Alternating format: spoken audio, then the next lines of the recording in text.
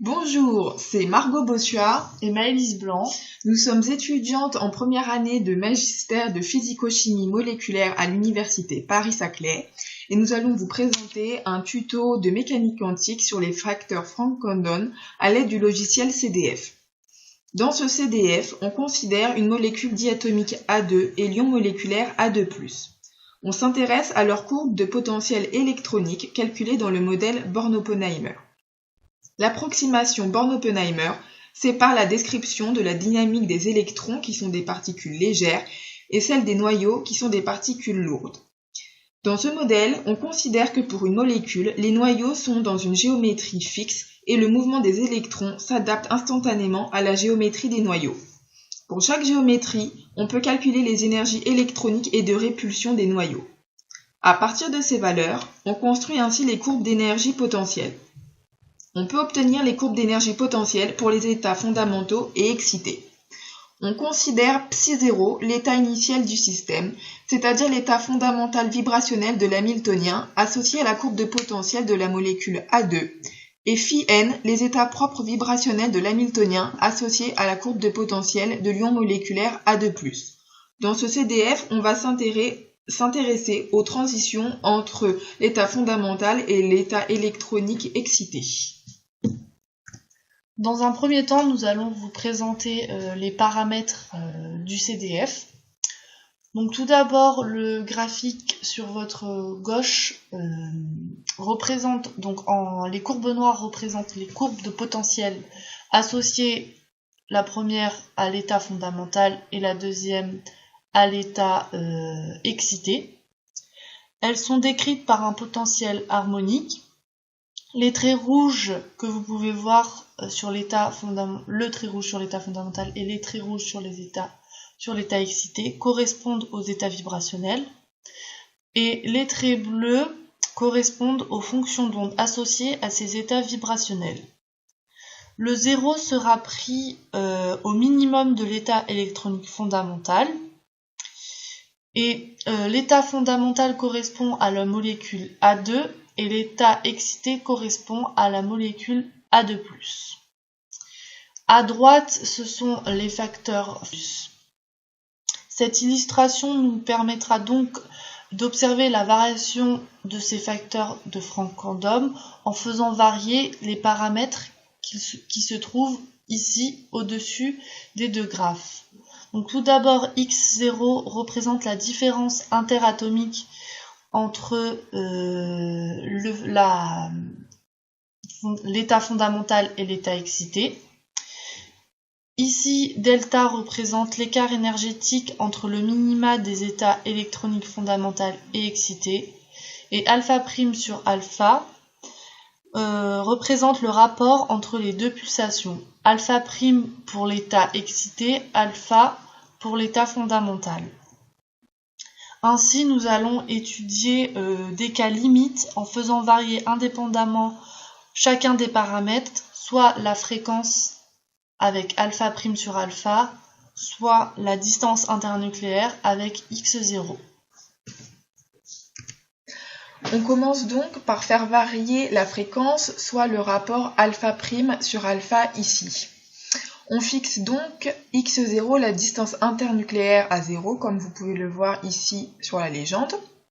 On peut faire varier les valeurs des différents paramètres grâce au petit bouton que vous voyez ici. Alors, on va donc modifier le facteur alpha' sur alpha qui va modifier la pulsation de l'état fondamental. Nous avons donc fait varier le paramètre alpha' sur alpha en prenant une valeur supérieure à 1. On observe ainsi que la courbe de potentiel de l'état fondamental observée ici s'est resserrée par rapport à la valeur de alpha' sur alpha égale à 0. Pour une valeur de alpha' sur alpha inférieure à 1, ici nous avons choisi 0,5, on observe que la courbe de potentiel de l'état fondamental s'est totalement aplatie. Maintenant, nous allons observer les conséquences sur les facteurs de Franck-Condon. Alors, Pour l'observation de la variation des facteurs de Franck-Condon, on observe que pour une variation très faible du rapport de alpha' sur alpha, ici nous avons choisi une valeur de 1,1, le facteur C0 reste largement prédominant, comme vous pouvez le voir sur le graphique à droite, et on observe un tout petit peu de présence du facteur C2 pour l'état vibrationnel 2 de l'état excité.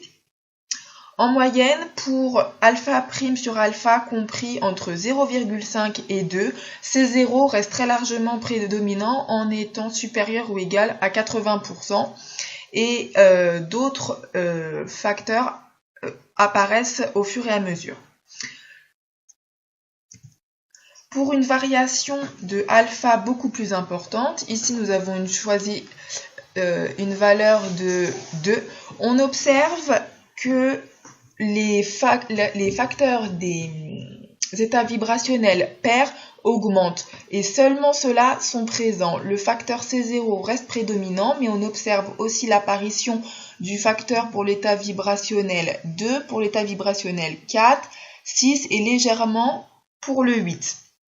L'apparition des facteurs de Franck-Condon seulement pour les états vibrationnels pairs est due à la fonction d'onde associée.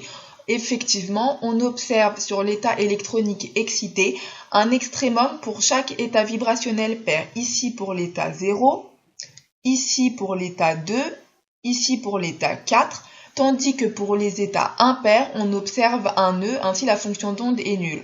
Ici pour l'état 1, on observe un nœud, ici pour l'état 3, on observe un nœud, et ainsi de suite.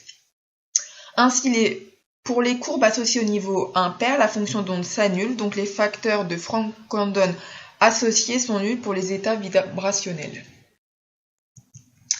Nous allons ainsi voir maintenant la variation des coefficients de Franck-Condon lorsqu'on fixe alpha' sur alpha égale à 1, c'est-à-dire que les deux états excités et fondamentaux ont la même fréquence et que l'on fait varier x0. On prend donc x0 différent de 0, ce qui signifie que la distance d'équilibre internucléaire est différente pour l'état fondamental et l'état excité.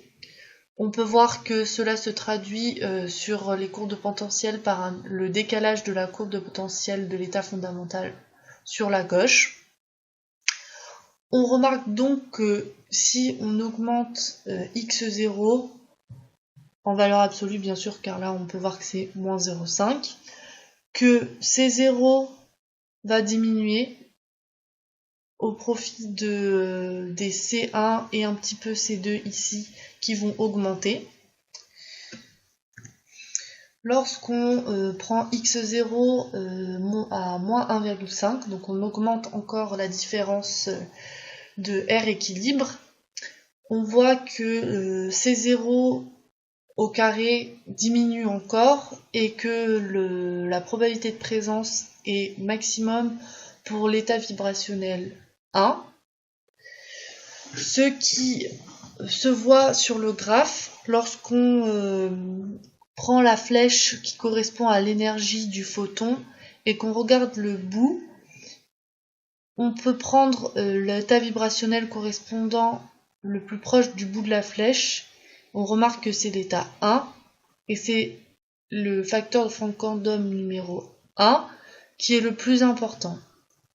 Ainsi, on peut généraliser en disant que le facteur de Franck-Condon le plus important correspond à l'état vibrationnel le plus proche de l'extrémité de la flèche correspondant à l'énergie du photon.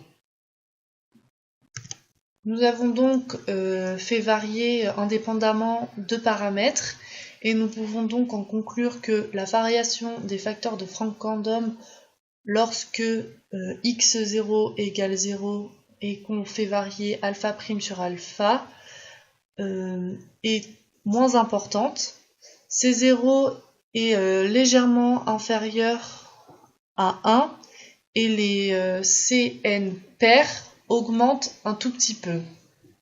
Lorsque c'est alpha' sur alpha qui est fixé et égal à 1 et que x0 est modifié, on peut modifier complètement les coefficients majoritaires Et on a donc un impact plus important sur les probabilités de présence dans les états vibrationnels de l'état électronique excité. Voilà, notre tuto est